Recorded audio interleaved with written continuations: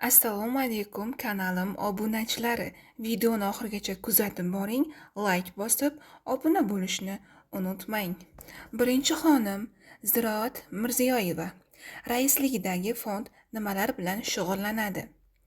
Biroz avval O'zbekiston Respublikasining prezidenti Shavkat Mirziyoyevning rafiqasi mamlakat birinchi xonimi Ziroat Mirziyoyeva raisligidagi Zamin fondi karantin sabab qiyin ahvolga tushib qolgan 5,000 ayolga 5 milliard so'm miqdorda yordam pullarini ajratgani haqida xabar bergan edik.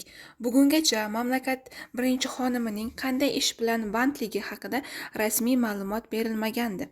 Zamin fondining rasmiy sahifasida qayd etilishicha, Ziroat Mahmudovna Mirziyoyeva ushbu fondning vasiylik kengashi raisi, Adliya vazirligi huzuridagi yuristlar malakasini oshirish markazining xalqaro huquq va inson huquqlari kafedrasi mudiri, yuridik fanlar doktori Lola Abduvohidovna Saidova esa vasiylik kengashi raisining o'rinbosari o'laroq faoliyat yuritadi.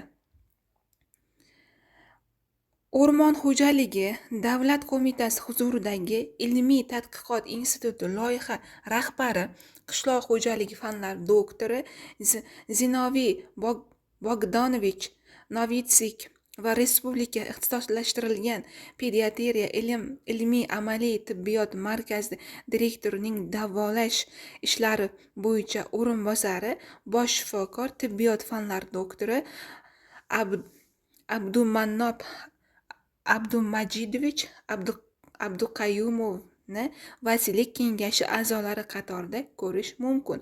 Ushbu xalqaro jamoat fond direktori lavozimi Tamila Anvarovna Aliyevaga yuklatilgan.